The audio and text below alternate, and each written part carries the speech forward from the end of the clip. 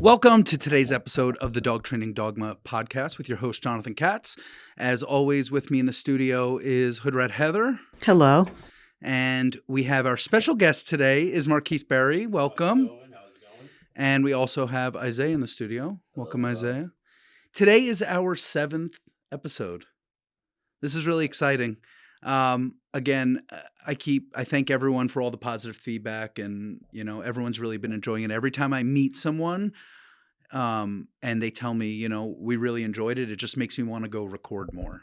So, first of all, I just wanted to say, this was an amazing seminar. You did a phenomenal job. I really appreciate. Part of my goal with Dogma Academy is to bring in other skilled, talented trainers to show that there are other skilled, talented trainers out there. It's not only me. It's about a collective of everyone getting together and collaborating and training together.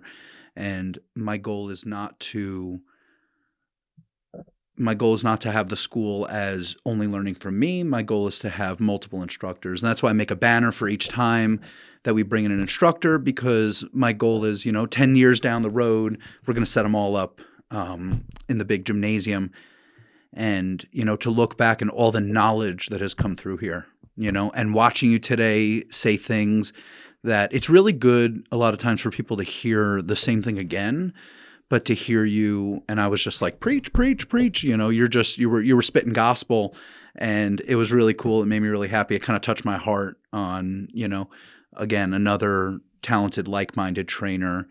And because I'm not going to bring anyone here that's going to be against the system, that's going to be totally like, we have a lot of the same, we have different training, but we have a lot of very similar ideas, right? And everyone will reach their goals a different way. Everyone takes a different road, a different path. But, and today's topic, which I think would be a great topic for us to discuss, is protection dogs versus sport dogs, right? As trainers that have protection dogs that also compete in sport, I think it's really important for people to hear another trainer and other trainers' take on this very controversial topic of, I meet a lot of people and they're like, well, my dog's just a sport dog. Right. And then we also meet a lot of people that are like, well, my dog's just a protection dog. Right. Like, what does that mean? What does that even mean?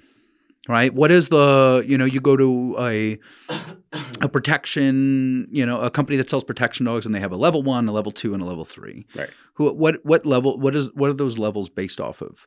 It's their own levels. It's things that they came up with. Right. So dogs can be one, dogs can be the other, or dogs can be both, right? I've also seen police dogs that have also competed in sport. That is also, when the dog's at home, the dog's protecting the family and the dog's there with the kids. So like, technically the dog, not every dog, but technically the dog as a metaphorical dog should be capable of doing everything you want the dog to do, as long as the dog has genetic capabilities. But to me, protection is protection. Like, I don't like Nerf bites. Right. I'm not into just teaching dogs to bite sleeves. I see there's no purpose in it. Right. If that dog's not, if I'm driving to a trial and a crackhead tries to steal my car and the dog doesn't defend the car, like, of what use was this dog? The sport to me is no use. Sport's just fun. Right. It's not, most of it's not practical. No.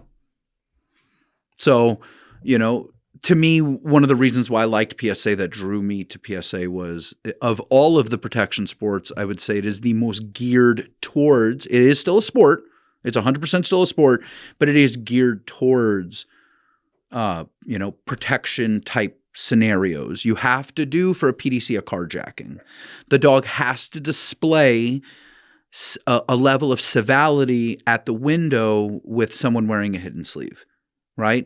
I remember years ago, I was decoying a trial, and we didn't have enough decoys for the trial. It was only me and Jeff Riccio. And so Jeff's like, well, you do the carjacking and I'll do the other 3 bites. Thank God it was only 2 dogs, but it was North Carolina, dead of the summer. It's like 120 degrees in the shade.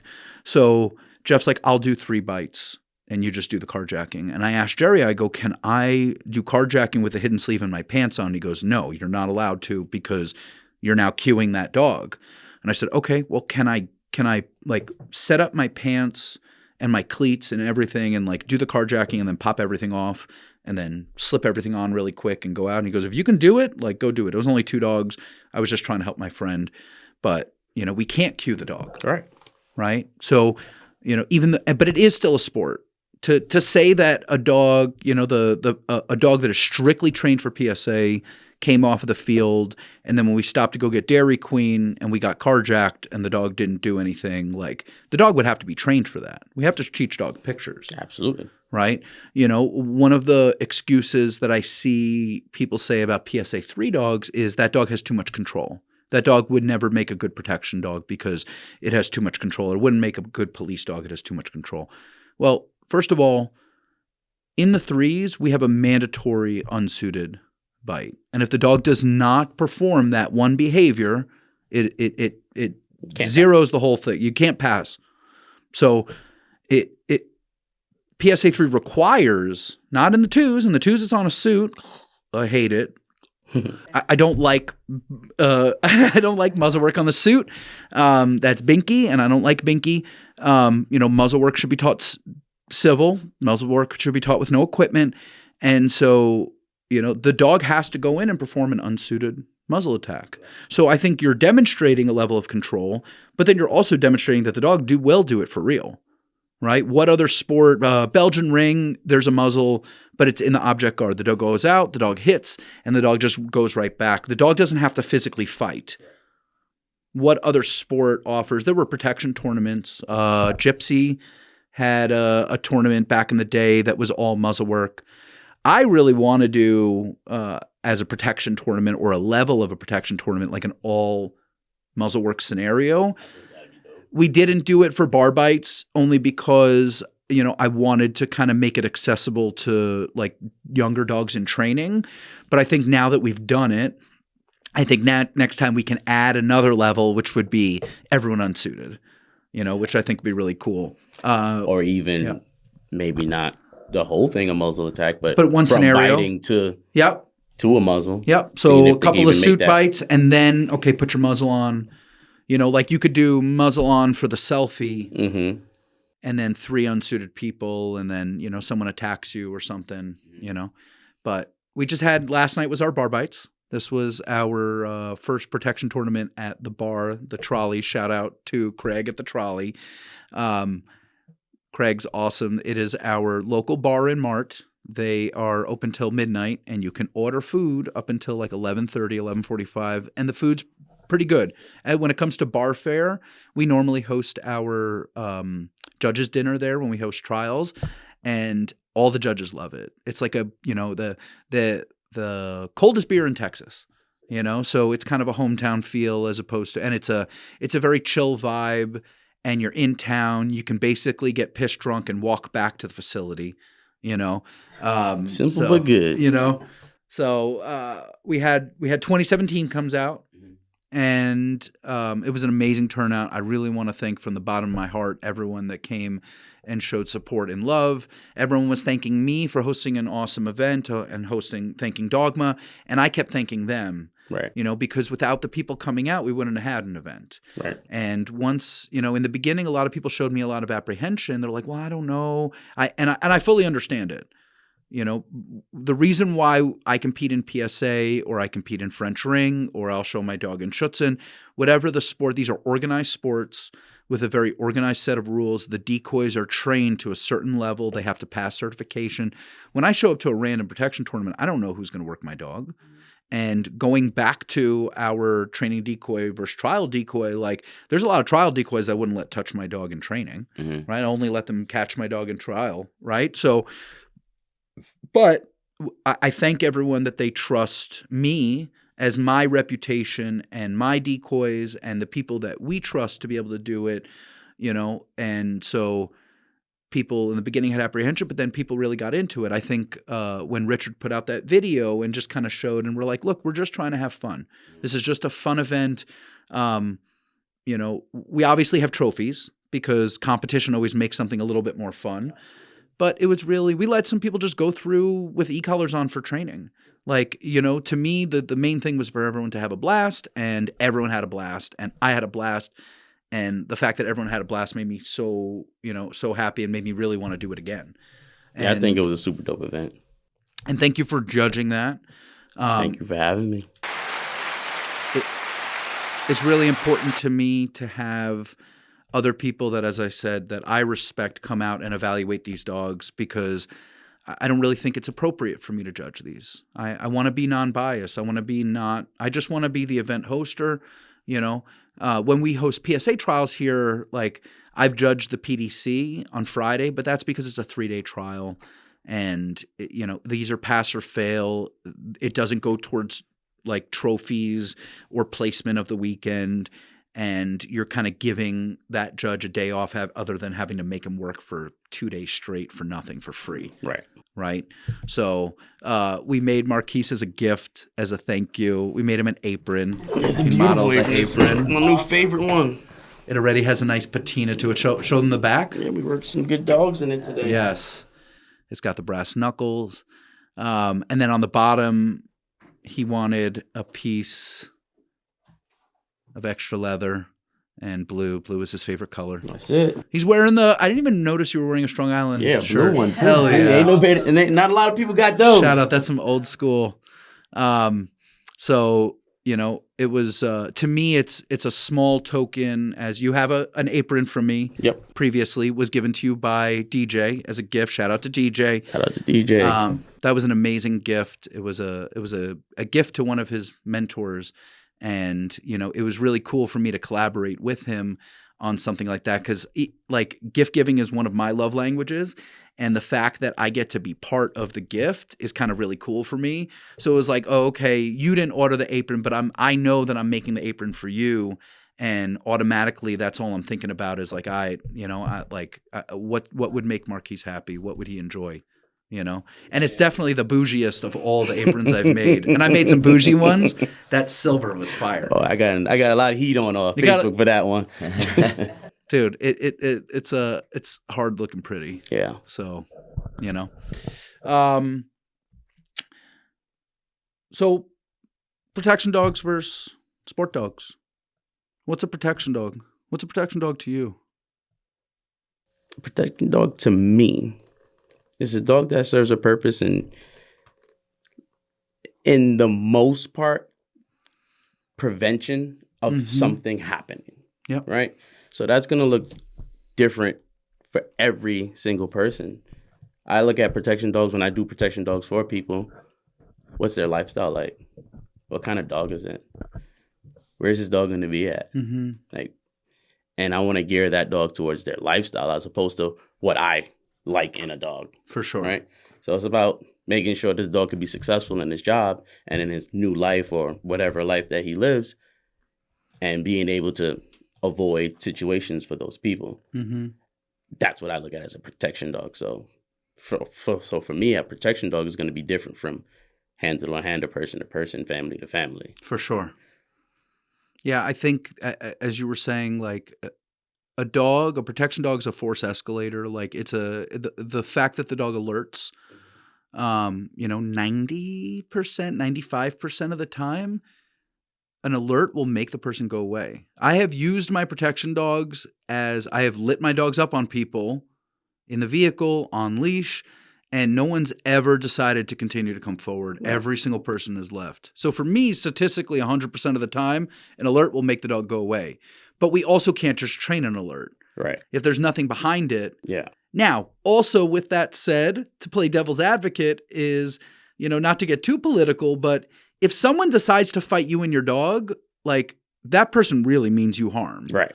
So there's other factors and there's other things that come into play. The dog is not infallible. The dog can only take so much. Right. So that's why like lifestyle is super important for me in the evaluation for a protection dog and its handler. So like if you're like super successful and you walk around with like $100,000 chain, for example, yep. Like I know that dog needs to be able to do the job. Yep. Because if someone's coming for your $100,000 chain and you're not gonna be like, hey, give me your chain, right? No, they mean you harm. They want to get that chain. Yep. So the dog got to be able to stop that. So yeah, I for a long time would walk around, wearing my diamond earrings, and I'd be sitting at a gas station. I just see people staring at my ears, and it really bothered me. Yeah. I don't want to make myself, you're literally making yourself a target, So I'm like, now you have the protection dog with you. Okay, people are going to look at the dog and be like, I don't want to deal with this dog. Absolutely. Most people are afraid of dogs. Some people are not afraid of dogs, And then people that are not afraid of dogs, the dogs have no use. Right. Okay, a fatal flaw. Someone actually knows you have a trained protection dog and they break into the house and bite suits. They go online, they buy some shitty ass bite suits, right? Like that person really like, oh, okay, they came with equipment on. Oh, we're serious. Yeah, you got to be able to. The dog has to be able to adjust for that. So your training now, your training has to be up to par because you got to be able to at least call that dog off and let it defend you and not just be equipment focused. It's like, hey, I'm gonna bite that guy. So a big part of a protection dog for me is the actual intent to hurt the actual man and not just the equipment. For sure. Right. So I'm super big on making sure that my dog wants to eat that person. Yeah. If it's a protection dog, the suit and the sleeves and the tugs and the toys and whatever you use to get them to bite, piece of burlap, but everybody has their method, everybody has their style. But ultimately, the intent needs to be there for the man. For sure. Or else, what are we talking about here? You talking about the deterrent maybe? That's the maybe. Right. The maybe, will the dog, what is the dog barking at? Now, I will say my best dog in my house back in the day was my little shepherd mix, Emily. Okay. She would never fucking bite anyone. She'd kill bugs for me. That was the max of what she was going to do. But she could hear a pin drop. And I knew the Malinois, the pit bulls, they bark, they do stupid shit. If she barked, I knew there was someone out there. So she would wake me up, she would wake the dogs up. And so I'd say, like, that's my best dog on my yard. That's my best dog in my room because that dog wakes everyone up. Obviously, there are dogs that bite behind her and there's a gun behind that. Right. But, nonetheless, like that dog was, because I'm a sound sleeper, that dog woke me up. So, a good dog is where you find it. And some people just need a dog in the house that just wakes them up so that they're up. And that's another good point because we got to look at competence, right? You need to be competent enough to understand when your dog is giving you the indication that there's possibly danger. Like some dogs, they're annoying and they always bark at everything, but you need to know your dog, especially your protection dog. This bark means that. Yep. And that bark, he's probably bullshitting, right? Yeah. But you need to be competent enough to understand, like, hey, if he's doing this, growling, whatever is your trigger, or whatever stimulates the dog, you need to understand, all right, I got to get it together. Yeah. It's go time. Yeah, I think it's a lot of the dogs that people tell me are personal protection dogs, I feel are really underprepared for their job. Whereas if we were going to do sport, like we have a set list of skill sets that the dog needs to do, needs to perform. Like there's no set rules in protection. It goes back to the first, level 1, 2, and 3. Like what are these levels? How many protection dogs have been sold for large lumps of money and will barely bite a wedge? Too many. That's snake oil. And that's why when people are like, oh, why don't you guys do that? And I'm like, because a lot of the industry, now there are some good guys out there. There are people that are producing correct dogs, but there's also a large majority of them that are selling snake oil. Absolutely. And I think a lot of that's happening because of the infatuation with people wanting a protection dog and not even realizing the major responsibility and the major commitment you're making to actually having a real protection dog. Yeah. I don't think people get that. And they don't do their research. Absolutely not. People, they look at sexy videos. Yep.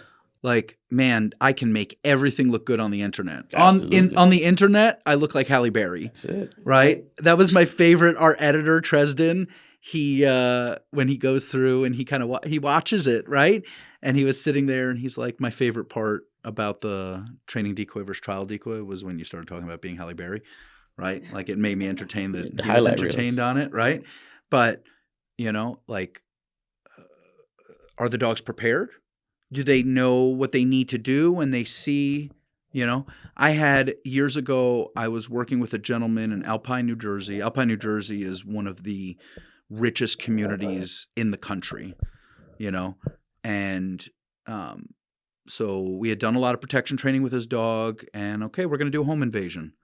So I basically creep up the driveway in my suit with a ski mask. I climb through a first-story window, and I basically pop out into the kitchen, and all of a sudden the wife is sitting at the counter, like at the table, screaming. The kids start screaming. The dog right away comes, bites me, no problem. I'm fighting the dog. The lady is breastfeeding her child, and she's just screaming at the top of her lungs. And I'm like, what is going on? And he pokes out from around the corner and starts giggling. And I'm like, what the fuck? I go, you didn't tell them I was coming? He goes, no, it needs to be It needs to be real. I wanted to see real. Yeah. But I was like in shock that no one knew. Like we normally, when you do home invasions, everyone knows but the dog. You tell everyone if it's a high, like if you're doing it at a business, you tell the local police. Like you don't want to make sure, like God forbid, someone's going to they're going to be like, this is real life, It's like the Dave Chappelle episode with Zapped, right? When they like rob the bank and, it's just a show. Like, so you're trying to keep it real as much as possible. But to me, that was really real. I was in shock, but we got a natural reaction out of the owners. You got a natural reaction out of you. And you got a natural reaction out of the dog. Yeah. Right. So, and the dog did its job. So great, but those can be dangerous situations. Absolutely. I won't do a home invasion with a dog that I don't know, right? Dogs will do stupid stuff. Dogs will target your face. Dogs will bite you in the hand. Yeah. Whenever I'm going to be in small, dark spaces, I wear gloves. Whenever I train police dogs or people that say their dogs are only protection dogs, like I wear gloves because I've been bit in the hand by more dogs that if people have told me like we don't do sport, I'm not gonna risk that. I got a question for you. Yeah. Do you feel like a lot of the people that say I don't do sport is an excuse for poor training? Yes. What he said? Yes. I feel like everybody always be like, oh, my dog's a protection dog. They don't have a formal target. He's too real for this. Yeah, I don't understand. I've never understood that. I never got that one either. He's too game for this. He's too real. He don't even want the suit. He's going to try to bite you in your face. Right. Yeah. That's a liability. A protection dog that targets the face, a protection dog that targets the crotch, like these are vital. That transfers on the grip and moves around. Transfers. Yep. Oh, you're getting into something now. Yeah. Open it up. We open up those can of worms. So attack the weapon hand. Oh, now.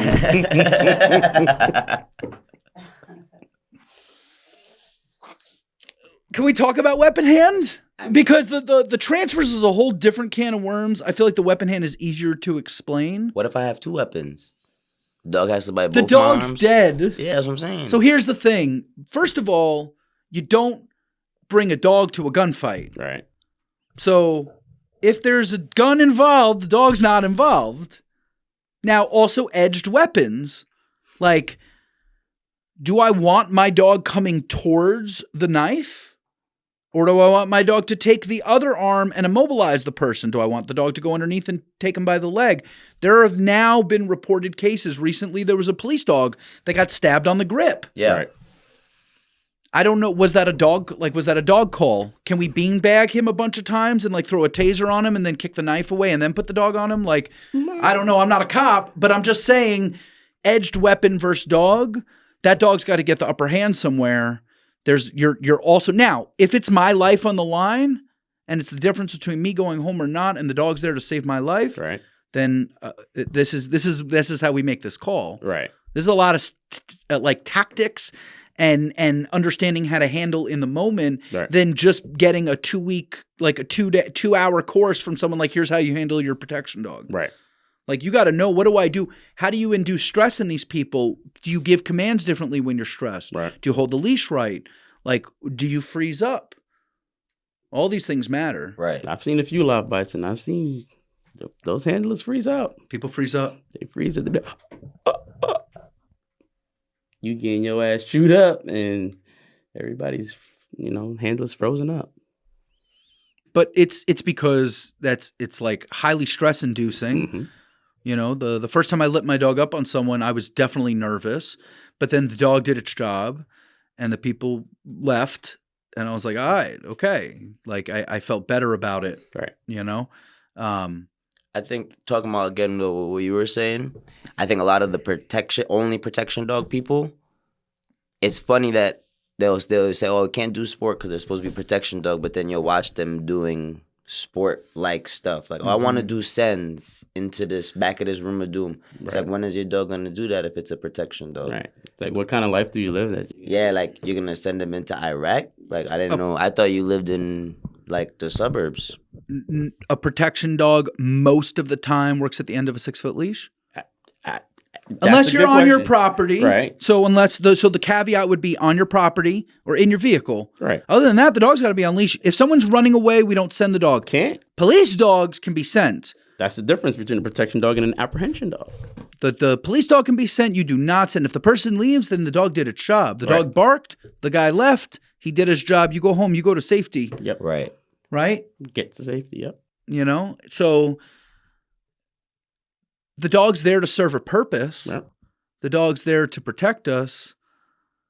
But the dog also has to be prepared for that. Yep. But we can't like teach the dog things that they're never going to see. So handler attack is applicable. Right. Someone comes out screaming at you, the dog should bite the person. That's always been my argument. I never understand if I have just a protection dog, let's say the PDC, someone just ran up on my window and started screaming with a rock jug, I would expect my protection dog to bite. If somebody came from behind me yelling at me with a stick, I expect my dog to bite. And then there's a crazy guy running at me.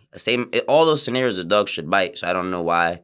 What would be the difference between? It's literally, so PDC literally stands for protection dog certificate. Like you're certifying it. To me, if you put a PDC on a dog and then we're selling those dogs as personal protection dogs, I think you're far ahead. The dog still needs specified training, but Absolutely. you're far ahead than all the $30 to $40 to $50 to $70, $80,000 dogs that we've seen as professionals that fucking won't bite a pillow.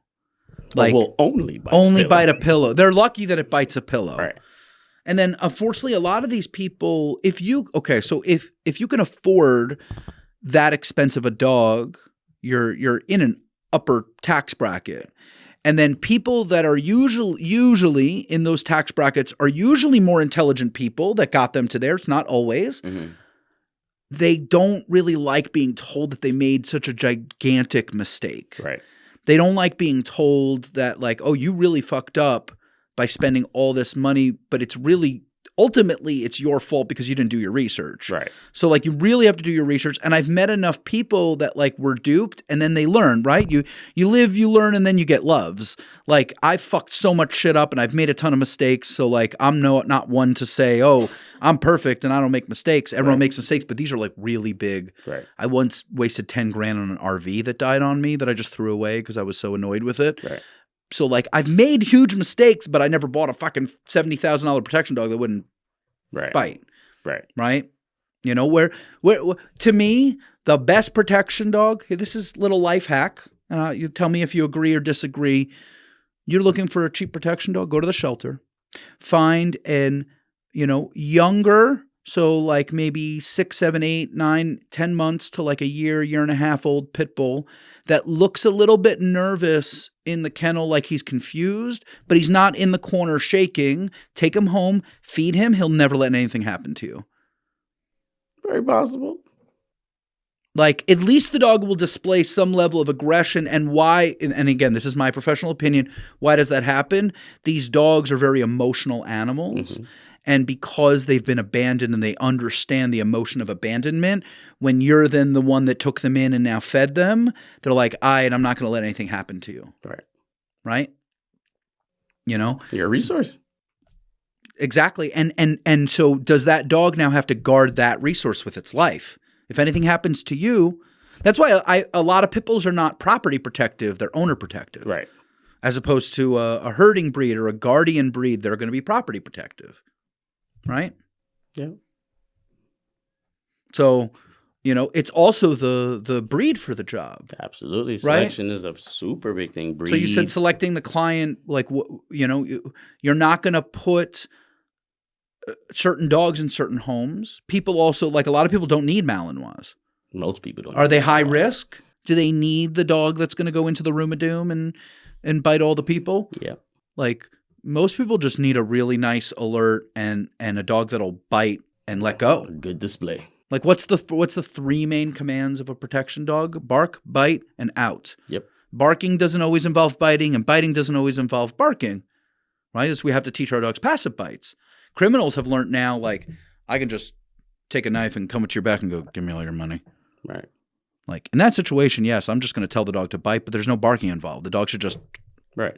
Now, ultimately, the dog should never let that person get that close to me. Absolutely. Right? That's a whole nother topic. So, but the case is that barking doesn't always involve biting, and biting doesn't always involve barking, and we also need to have a solid out. How many protection dogs are out there and people are like, nah, the dog doesn't have an out? Just choke offs like they're cops. Again, this is they're but playing. It's not protection dog. You're playing sports, but you don't want to do the sports that exist, kind of thing. That's how I feel about it most of the time. Could it be? That's one way to look at it. Could deep down when you step on the field in sport, you're kind of putting yourself out there. Mm-hmm. Like, do you think that people have such a fear of failure? Because I've had a lot of people as a judge. I've been judging PSA for 10 years, and I've had people show up and go, I don't know what I'm doing here. I just do protection. And then the dog doesn't bite in the car. Mm-hmm. And I'm like, but you're saying your dog's a trained protection dog. The bite in the car should be the least of its problem. That should be the one that it does well. Maybe it has an issue on the handler attack and courage test. Right. But the carjacking it should do. Right. Yeah. Right? And I think with that, a lot of people do live vicariously through their dogs, and they know their dog has shortcomings. So so you're saying ultimately this is a dick measuring contest? I think for some people? I think when they come to you and they say, hey, my dog is a protection dog and blah, blah, blah, blah, blah, it's almost a way to like defend shitty behavior or shitty training or, to save face. Oh, well, my dog we don't really do this for real. Yeah. Just for fun. So it's like, why are you here? But then why are you here? Why are you here? Why did you buy a scorebook and get a membership and sign your dog up for a PSA trial to do a PDC? Right. And then you're mad at me, dude. And now you're mad at me that you can't pass obedience. I'm sorry, but to pass PDC obedience, your dog literally needs to just go walk in the park and have a down in motion or a sit in motion. Like the dog just needs to heel around by your side. It doesn't have to have a heads up heel. It just needs to walk next to you. Run when you run, slow when you slow, ignore gunshots, and do it down in motion. And that's it. It's so simple. A protection dog should be able to pass that. No problem. Yeah, that's basics of obedience. It's a CGC. Right. If your protection dog can't do a CGC, can you really bring that dog out in public? You have a liability. Okay. So here's another question. Protection dogs that can't be in public. That's not a protection dog. That's a guard dog. Okay. It's a guard dog at your house. Guard dog. Yeah, because if the dog can't show some level of neutrality in a public space. My dog's too real. He can't even be around people. What are we saying? That's like I have a really big gun locked in a safe. That dog should not be in public. Now, I know not necessarily like I'm not going to let any strangers touch Cheetah in public. Right. Because then there's a chance of getting bit. Right. But if you're walking her on a leash and you're walking past a group of people, she's not going to go, hey, I'm going to kill you all. No. Right? So and I can go to a restaurant. I could put her in a down. She's fine. She can be around people. So there's definitely different levels of sociability. Right. But sociability enough to be able to be out in public. Right. We're not looking for necessarily like public access of a service dog of like, oh, okay, people are literally going to like step on this dog's tail. Yeah, let's put him on an airplane. Where are we going to bring the dog? What environment is the dog going to enter in? Where do we use our protection dog? All right. When do we use our protection dogs? When? And these are things that are not even taught by the people that's selling the dog. People have no clue how to even handle most of the protection dogs that they purchase. They get the dog, they go to the facility once or twice, and they do some sends, they do a little bullshit obedience on an e-collar, and then, this dog will save your life. I don't know. I wouldn't trust my life on it. Right. I wouldn't trust my life. If I was spending that much money on a dog, I would say, show me a fucking home invasion. Right. Show me this dog like hanging out on the floor while I'm laying in my bed and some stranger breaks in the house and the dog should go out, seek him out in the house and find Right. If someone once called me and asked me how much to put a PSA 3 on a dog. Now, I refuse. We do board and trains. We do a ton of board and trains. We do board and trains for foundation work. We do board and trains for obedience. We do board and trains for everything. I personally refuse to show people's dogs for them. I don't want to title the dog. I want to title my own dogs. I want to help you title your dog, right? Now, a guy called me and said, I'll title dogs for you guys. It's okay. Hit up Marquis, please. And he does a phenomenal job. He would love to help you. I just personally, and this is all opinion, right? It's my golf, and I'm also a golf instructor, so I'm constantly helping people with their golf. I don't want to play their game for them, Right. You know. But a guy called me. He goes, "How much to put a PSA 3 in a dog?" And I thought about it, and I go, I want $100,000, and I get to pick the dog. And then when I sat down and thought about it, I go, fuck. I go, that's only it's going to take me 4 years with the right dog. I go, that's only $25,000 a year. Right. And it's a lot of fucking work. Yep. I go, that's not even worth it. And you're like, $100,000, Jonathan, that's a lot of money. Yeah. It's not worth it. It's not worth it. I'd rather go and do seminars, and I can make way more than that, than all of that work and all that stress. Because here's the hardest part for me is the anxiety of this dog has to perform. Yep. This dog has to go out, and this dog has to get scores, and I need to now bond with that animal. And then here's the other part. Like, I then bond with that animal for 4 years. I'm sentimental. Like, then I don't want the dog to go. Right. You know? So, but everyone's different. Everyone looks at all of this differently. But for me, it's like, I don't want to title dogs for people, but I'd love to help them do it. And that's super understandable. I just know that a lot of people have like trial errors and anxiety, and for sure they want their dogs to get out there and do stuff. And yep. I'm okay with helping people with that. And even if you don't want me to per se do it for you, I'm always on board to help people get their dogs. Coach you through it. Yeah. Tell everyone where you moved to Florida. Yep, West Palm Beach. West Palm Beach. Beautiful. Another New Yorker that moved to Florida. Yeah. Hey, I was a New Yorker that lived in Florida. I got tired of the snow, man. I can't deal with it no more. This is why we live in Texas. I can't. We I don't almost wanna moved to shovel, Florida. I don't want to step in it. Everyone knows the story of Mr. Worldwide outbid us. We were almost in Florida.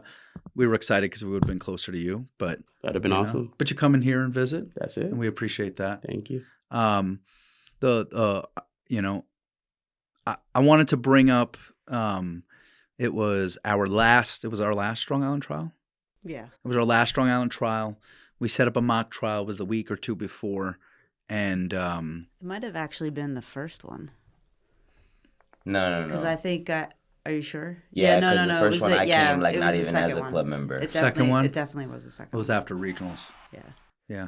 So, and we just showed up at Pilgrim. We set up a little mock trial, and you showed up with your crew. And I just wanted to tell you from the bottom of my heart, like, real talk, that was really meaningful to me. And the fact you guys weren't even competing, you guys just showed up, just like, the crew came to help their friends, and I really appreciate you. That was amazing. That's as a friend, we've been friends for a long time, and like it's moments like that, because I'm just trying to help my crew be the best they can, and then you guys come in and you guys save the day by letting us generalize our dogs, because it was a mock trial, and to me, like, watching them on decoys that they're not used to working on and looking good, I was like, it made me feel good. All the club members had less anxiety. And so I just wanted to, I was talking, Heather and I were reminiscing the other day about that.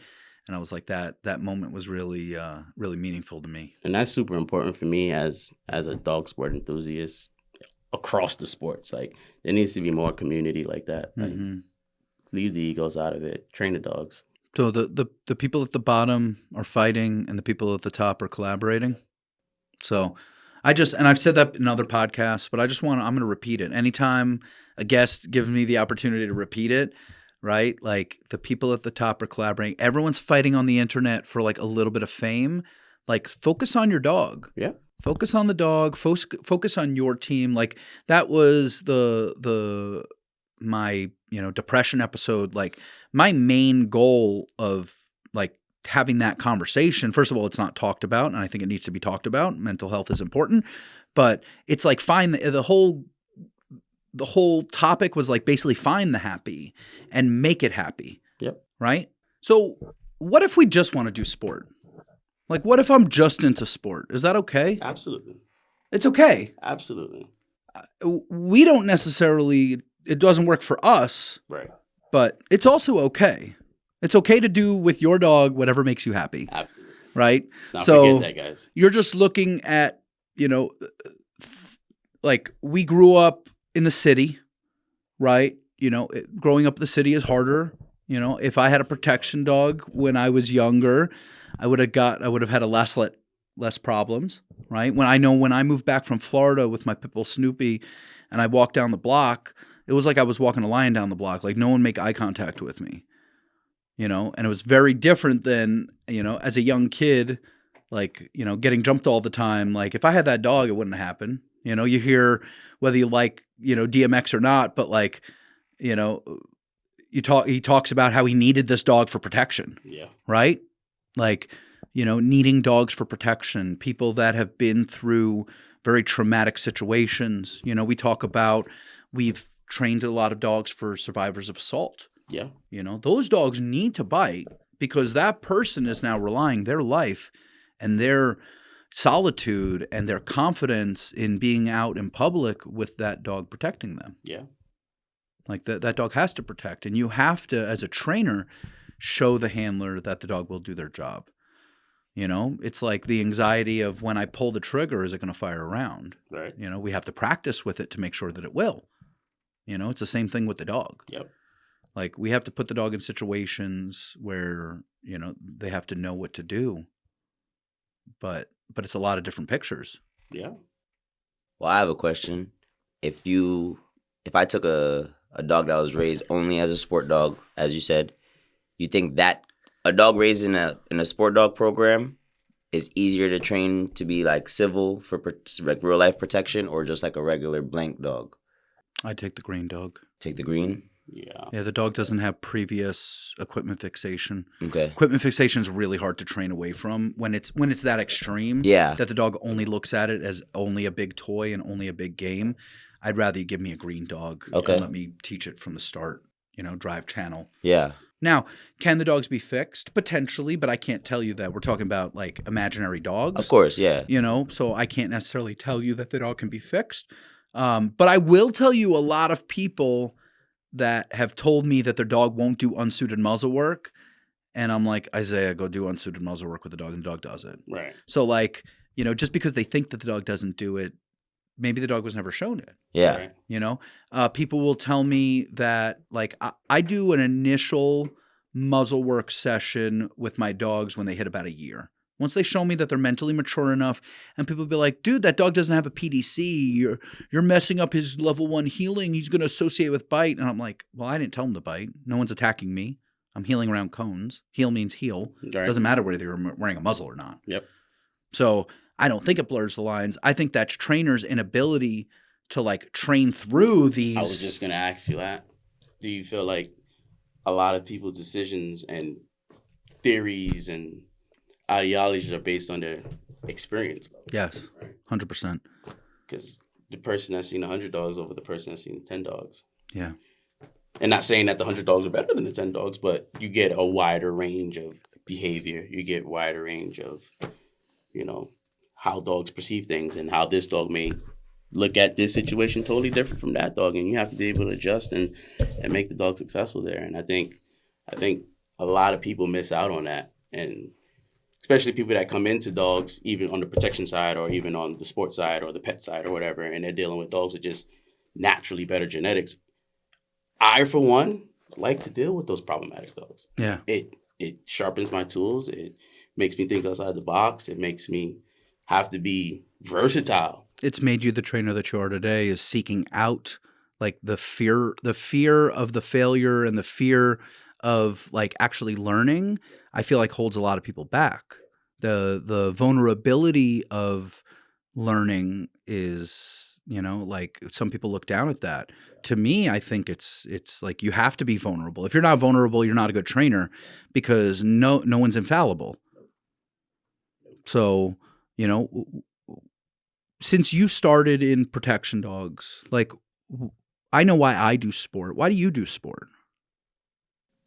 I like sport because it challenges me as a trainer in the sense of and it holds me accountable to a certain standard and a certain criteria for how I raise my dogs and I operate with my dogs and live with my dogs and showcase my dogs. Because there's no standard and there's no proof for protection dogs. Right. The off chance the dog gets a bite maybe one day. Like, whether people agree with me or not, I really don't care. But a protection tournament at the end of the day, It's a sport. It's a sport. It's a sport. It's a sport, right? It's a sport. We're conditioning the dogs for certain scenarios that 90% of your dogs are never gonna see. Yeah. Just like dog sport, right? Yep. But yeah, so I don't know. I'm not like in real life. Am I going to send my dog into a room of doom? In real if there's life, 4 people in the room, right? I mean, tactically, we'd have to figure out how to handle that. But like, Right. I think you're just sending the dog into imminent danger. Right. And in real, are you walking into a bar and getting into a fight and sending your dog into the back room to go get the guy? Yeah, 3 fights in one bar. Yeah. 3 attackers. In one That's a bar. very aggressive bar. You know. Even walking this course, I'm walking in the woods and then someone's gonna pop out with a shotgun and I'm gonna send it. Like, it doesn't. Yeah. It's all It's sport. just not really gonna happen. But I get it. You want to be prepared for anything. Yeah. But what kind of life are you living? Yeah.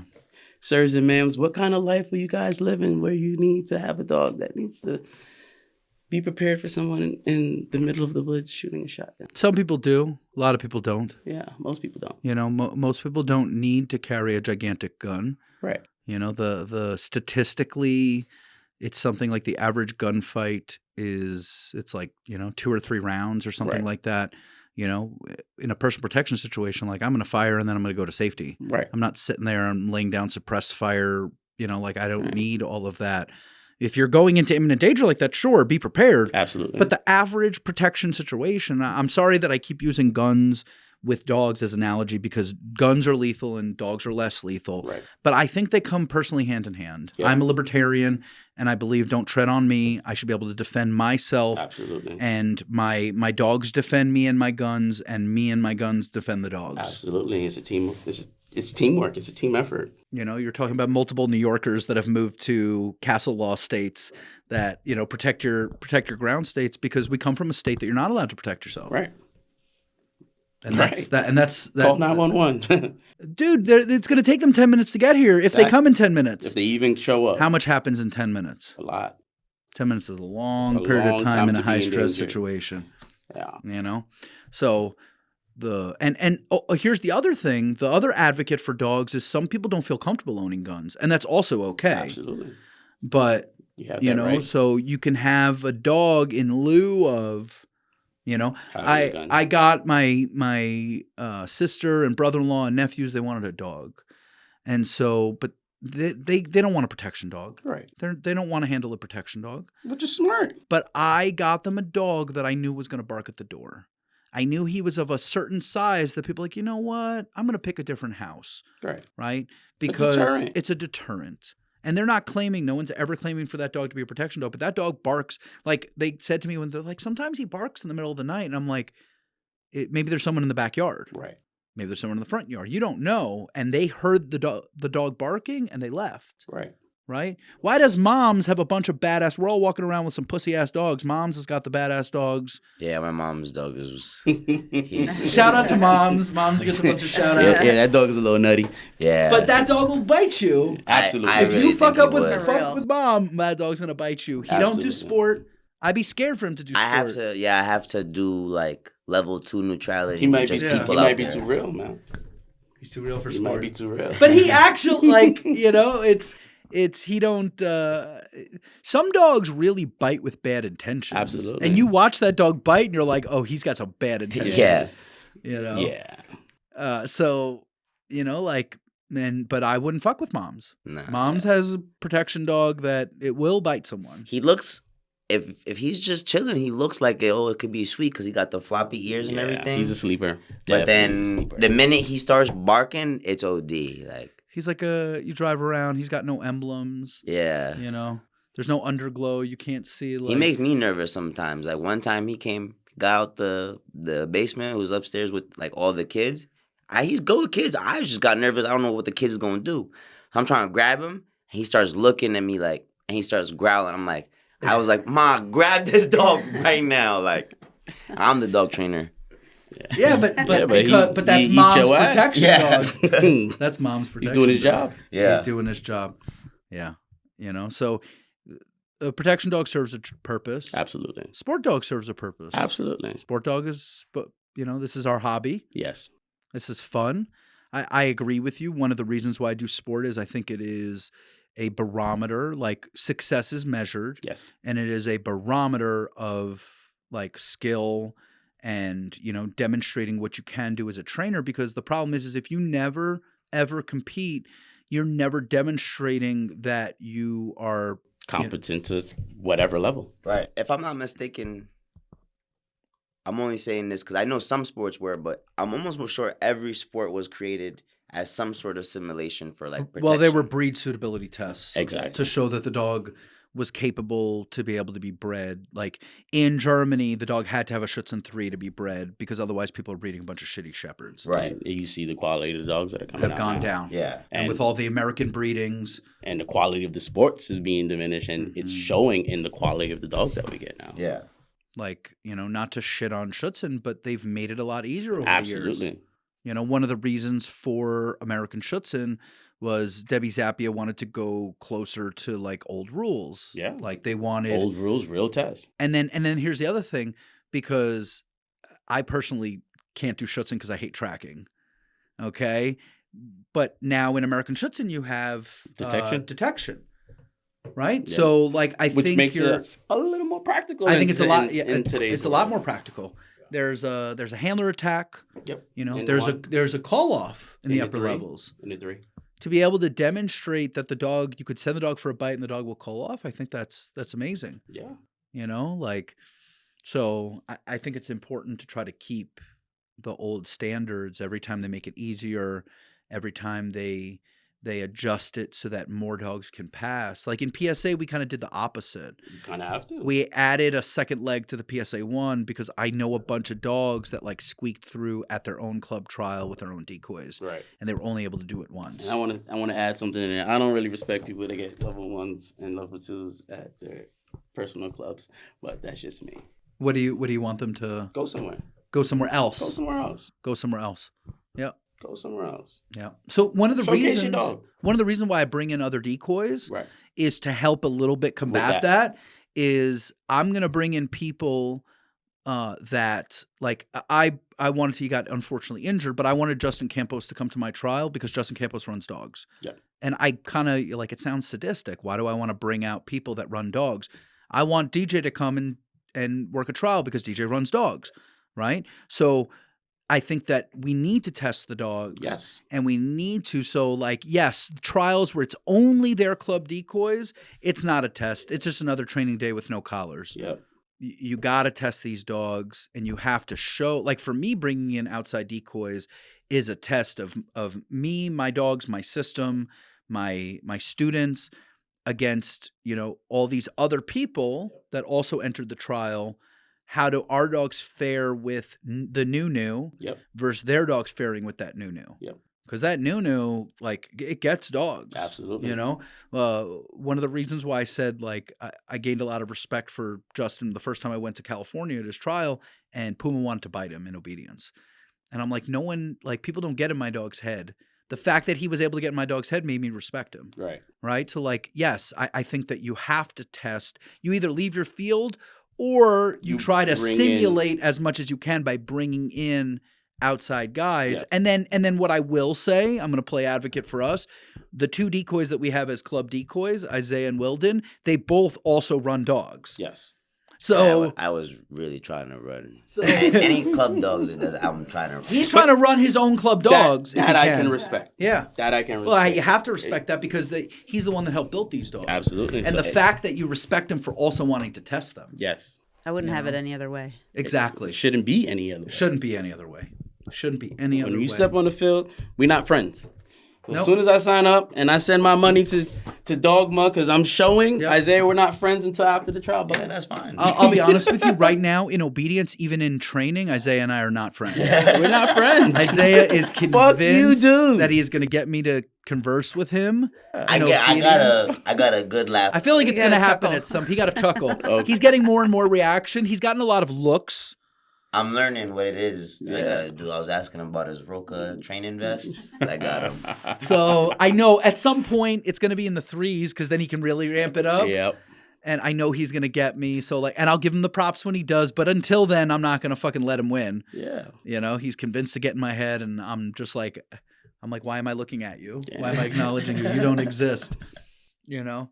And I feel like, especially as friends and colleagues and, competitors, I feel like if you don't test my dog on the trial field, Yeah. you don't respect me. Yeah. Because you made it now Yeah, easier you for made somebody it easier to for me to say, be like, somebody has a that was his question. buddy. He gave Yeah. it to him. Like, no. Yeah. Yeah, that's why we were always taught to go harder on the club dogs. Like if I'm going 10 out of 10 for every dog, and then the club dogs come on, I'm going now 12 out of 10. Well, you got to make it clear. I think if you don't make it very clear, you're just leaving room. Everyone's going to talk shit. They're always going to talk shit, regardless of how well you do and whatever you do. They're always going to talk shit. You're giving them less fuel for their fire. You're not allowing them to they have to make things up to be able to make it, to make it true. But I want my dogs tested. Otherwise, why would we do sport? Right? Why would we go against a certain set of standardized skills Right.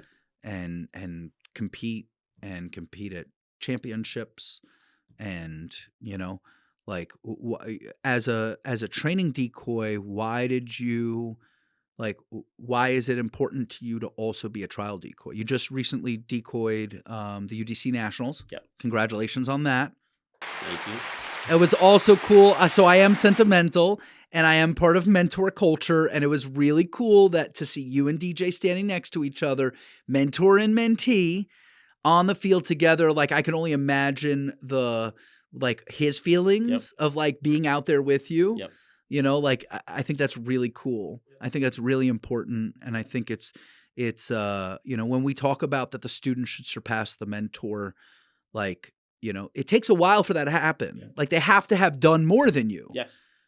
But nonetheless, he got to a national level helper long time before it took you to get there. Yeah. Right? Well, because for me, I never necessarily cared to be a certified helper. Yeah. So I kind of always bullshit with it at the end. I like trading. Yep. I like trading. Then one day I was like, you know what? I got to Fuck it. shit and I got to do it. Got to do it. And I did it. You did it. Yeah. Yeah, that's amazing. That's that was so cool when I saw that. I looked over and I'm like, oh my God, Marquis and DJ are doing it together. That was so fucking awesome. Yeah. And so I just wanted to talk about as being a mentor, having trained a lot of people and having a lot of very talented, successful students, I'm very curious on your opinion on mentor culture. And I know you had a mentor. So it's traditionally a lot of jobs came from apprenticeships. Yep. Right? And I was talking about in our GOAT episode, we gave you a shout out, and we were talking about the first day we met when Ty invited me to come train and meet Garvin. And I was like, I was there because Ty's a GOAT and Ty is a good friend of mine and I respect Ty. And because Ty said that this is his mentor, I'm going to automatically show up and give him respect. Right? And so I think it's really important that people have mentors and people that they can go to and people that can guide them in the right direction. Absolutely. I think one of the biggest things that a mentor should be for their mentees is, one, a resource of knowledge, right? But one of the biggest things is someone to hold them accountable. Yeah. Tighten up. Get your shit together. If you're going to do this, just be serious. It's a little bit to an extent like a parent. Yes. Right? It's a chosen parent. Yep. Okay. It's an uncle that Yep. guides you. Yep. My uncle, rest in peace, was like a second father to me. He was very sentimental. The man, he taught me a lot of things and taught me how to deal with people. And I watched him and how he interacted with people. and he gave me some hard lessons in life and all these things. But, to me, he will always be a major mentor of mine. He was had such an entrepreneurial mindset, and I looked up to him so much. That is a mentor. So I think it's unfortunately sometimes you have to have parenting conversations, right? Sometimes we have to have hard conversations. I'll say personally, I'm not always in the mood to have those conversations because I have to be in the mood. Right. And I also know that conversations like that could potentially fuck up my vibe.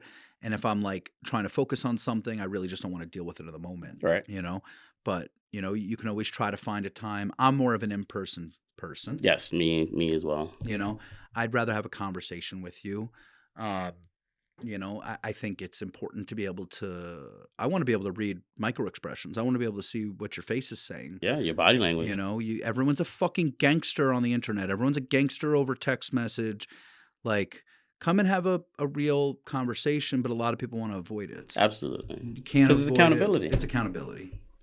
It's accountability. You can't avoid it. It's I think it's really important that you find a mentor, and find the right person that's going to guide you, and as Marquis said, like, hold you accountable, because that's a big thing. Tell you when you're fucking up, tell you when you're good, praise you when you do good, right? Positive reinforcement goes a long way, but also like marking negative behaviors. Yeah. You also have to you have to remind yourself that you are a representation of who also is your mentor. And if you act disrespectfully or you talk down to people, like, you're now potentially ruining your mentor's name of, well, this person taught him all of this, so he must be like that too. They don't know that you're just the nicest guy, but like, because they met someone and that person was an asshole, okay, like Jonathan's an asshole. Right? Like, I think it's really important that you think about, like me, I don't want to do something to embarrass my parents. Right. I don't want to do something that they would be, I want them to be proud of me. I want the, good job, I'm proud of you. I don't want that you suck. Right. But sometimes you have to have those conversations. Absolutely. And as someone that has mentored a lot of people, again, another reason why I have a lot of respect for you is because you've instilled so much knowledge into the next generation. And a lot of people came really skilled people. To me, it's an automatic when DJ shows up to the seminar I was giving at Robbins and I know where he comes from, like, I don't even need to see him do shit. That goes to our training decoy versus trial decoy. Was like, one of the answers was someone vouches for them, and the vouching, like, my favorite conversation of everything was someone asked you if you know DJ. I was dying. Like, ask him if he knows the student of the mentor. He's literally the person's talking to the mentor. They don't even realize it. And again, it's ignorance. The person didn't know, but to think about how, like, how prevalent and how many people know who DJ is. Yeah. Thank you. Because of you, because you helped him. Right. And I know he also values that relationship. Absolutely. Right. And I think it's really important, like, I try to, even though I haven't always seen eye to eye with all of my mentors, but like, love is love, and the respect is always there. Absolutely. And even if they've done fucked up shit to me, I'm always going to give them love because of what they gave me. Absolutely. And because it takes a lot. You have to respect someone to teach them. Absolutely. So I think it's important that those people gave me the respect. And so, like, I'm always going to sing their praises, because I would not be the trainer that I am today if it wasn't for them. To add to that, I find there's a new culture in the dog sports where people don't understand, like, what it really took for someone to teach you. Yeah. Like, when I started in the dogs, there was no social media. There wasn't no, let me hit up such and such dog training and see if he can let me take a bite in the suit. I had to wait 6 months. I was picking up equipment, standing around, waiting to get an opportunity just to get bit. Just to get bit. You couldn't just show up somewhere and be like, hey, I want to try it. Mm-hmm. You couldn't just write somebody on social media, Facebook, Instagram, whatever, TikTok. Oh, can I come out and learn?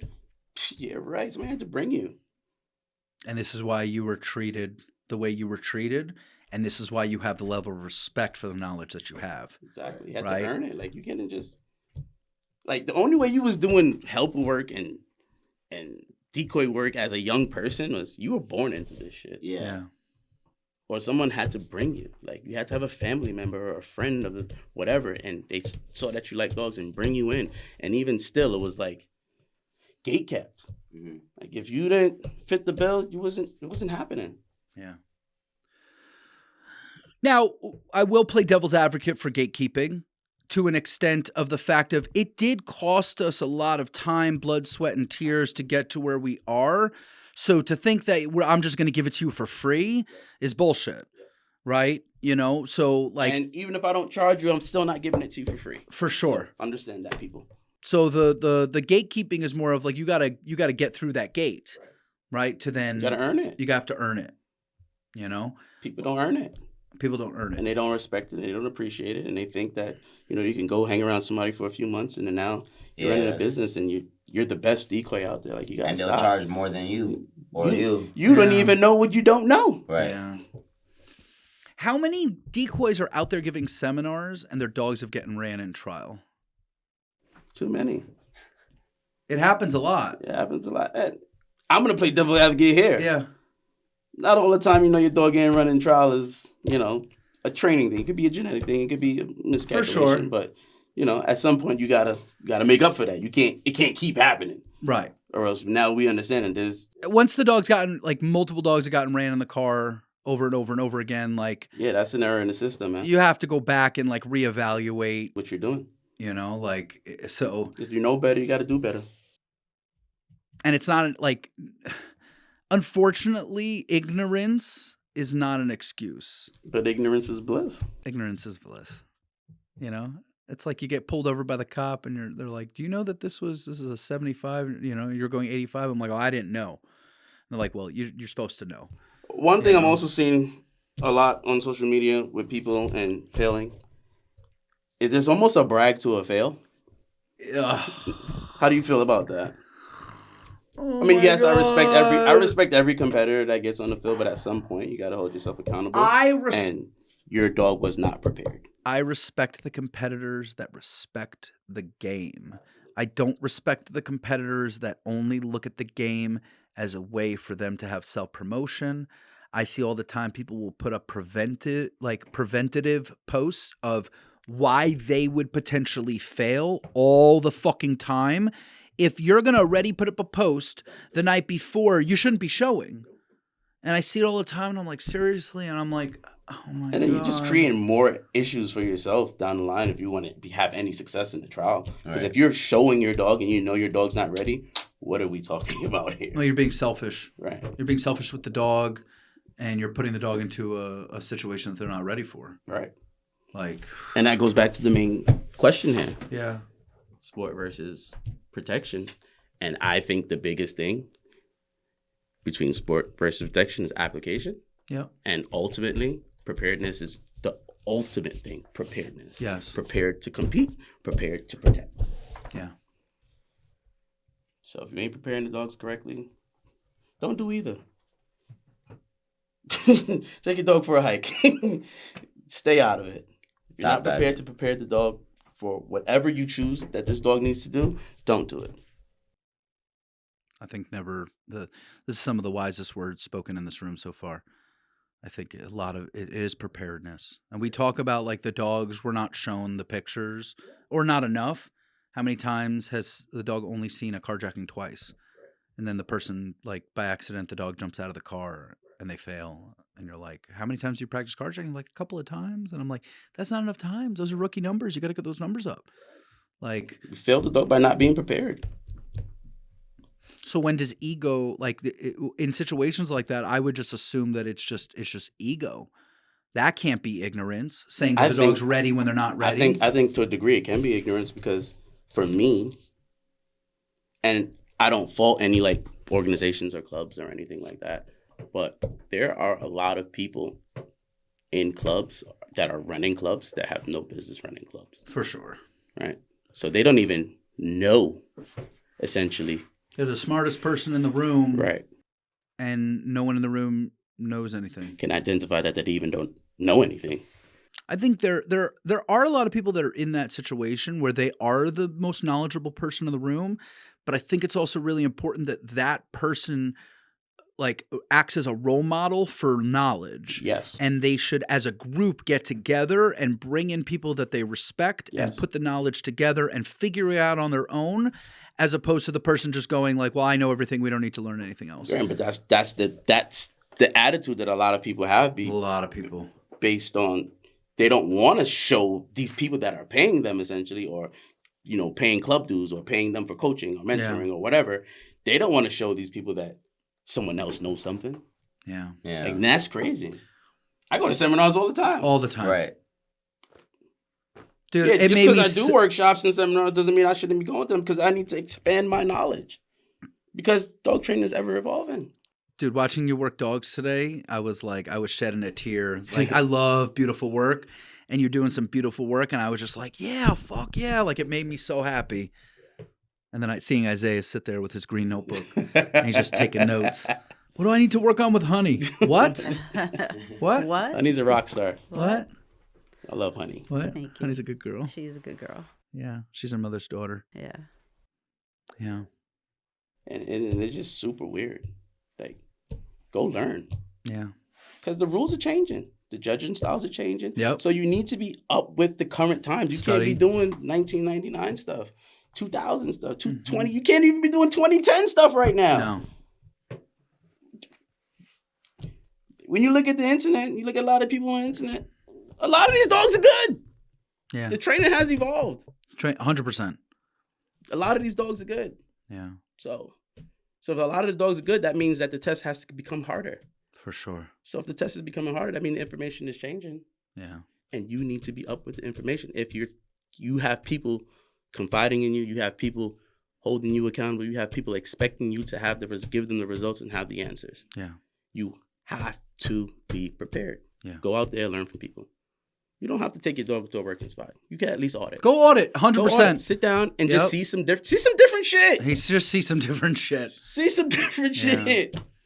I always I encourage my students to go to seminars, and I'll tell them who sucks Right. and who I just don't even listen to that person. Sometimes I'll be like, go audit. You can ask him. Like, I've called him and like, hey, I need you to go here and just sit there. Yeah. Like I said, just go here and sit there and just hang out and then tell me what you think. Yeah. Don't let them work your dog. Yeah. But just tell me what you think. Yep. Call me back. Yep. And I'll Use wait. it as a social experiment. Study. Exactly. But study the person. Study what did they do well? What did they Right. do wrong? Right. Um, Study the type of people that you see at their seminar. mhm. Right. Are these people that are competitors? Are these people that are just bullshitting? Like, Right. you could get a big feel for just who's sitting in the room. Yeah. Yeah, I think it's you will have a lot of to me those seminars of the people that have I've only ever done a PDC. How can you have anyone else in that room other than someone that just wants to get a PDC? Right. You can't tell me what it's like to step in a stadium on a national stage. Right. Tell me what it's like to actually be in a competitive level and have everything on the line. Tell me what it's like to have a championship, ripped out of under you by a point. There's a lot of that goes into this, and you can't tell me any of that information. Right. You're still walking, you're still crawling, you're not even walking yet. These people, I don't hear them ever saying, I still go to seminars. Right. If you hear all the time the people that are at the top are still learning, You should go learn. you should go learn. You don't know it all. You don't know it all. No one knows it all. There's no such thing. Now, people have gotten really good at what they do, but I don't know it all.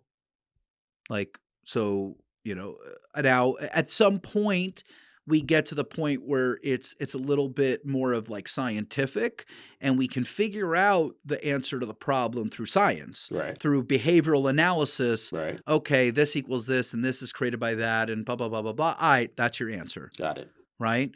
But, until you can go someone that can just give you the answers right away, yes, I've talked about before, there's a fake it till you make it element of dog training, but you have to pass that. Absolutely. You only get away with that in the beginning. For so long. Only in the beginning. Right. First year or two. After that, you got to actually know it. But I'm big on, like, when I'm mentoring someone or I'm coaching someone, like, I don't like giving the answer. Yeah. Make them figure it out. I like to give them all the information and let them, Isaiah, let them this is trauma. process it. So when they reach the answer, Yeah. it stays with them. For sure. Because they figured it out on their own. They had to do some work. Yeah. Well, even if you was going to answer the question, you have to ask the right question. Exactly. And I'm big on making sure you ask the right question. Yeah. But what does that mean? Yeah. I don't know. I'm trying to tell you. I'm trying to ask you what it means. What does that mean? What does that even mean? What? Wait, what? Marquis, I really want you to thank you for being here. We really appreciate you coming and instilling all that knowledge and helping us. And, Isaiah's sitting there and studying, what do I need to work on with this dog? And, again, it's a collaboration. We're all here. You're here because you're a doctor and we want a second opinion, Yep. right? We want people to hear other opinions of like-minded people, but not everyone trains the same. We don't want cookie cutters. I don't want to create cookie cutter trainers. I want to create free thinking, successful trainers that can mold and adapt and also will, number one, continue to learn. You can ask anyone that trains with me. I tell them this all the time. I want you to train like you, not like me. Yep. The only thing I'm here for is give you information and teach you how to deal with that information. Yeah. Train like you, not like me. Yeah. I wanted to end this on we have a congratulations. My apprentice Dave and his dog Opie earned their first leg of their PSA 3 today. Team off breed. This is he is the third pit bull in the world to ever obtain a PSA 2. He was the second one to ever show in the 3s, and he is now the first one to ever obtain a leg. This is monumental for Team Off Breed. This is history. Bulldog or no dog. When I first saw that dog, I gave him one bite and I said, he'll work. Right. He'll work. And that was it. It's knowing what the dog is capable of, knowing what the dog can do. A lot of that comes from experience. Absolutely. Just being able to look, give one bite and go, all right, he'll work. And Dave's like, what does that even mean? Like, what is he talking about? Is it he only gave the dog one bite. And they're like, if Kat said he'll work, he'll work. Yeah. Right. And he'll clearly work. It's a monumentous occasion, and I just wanted to give him a shout out on the podcast. It's history making. Yep. And I'm a huge advocate for off breeds. Everyone always sees me with pit bulls, but bar just got raised. Yep. And then shout out to Tom and Harley in the UK. First bull herder to ever get their PSA 3. So that's an off breed, but there's herder in there. There's a little herder. This is a straight Opie's a straight bulldog. Like that is whatever he is a bulldog, and that this sport was not created for those dogs, and it's a tremendous accomplishment. So as all big advocates for the off breeds, we're going to say Team Off Breed. Let's go. Thank you, Marquis. Thank you, Isaiah. Thank you, Heather. And we'll see everyone on the next episode.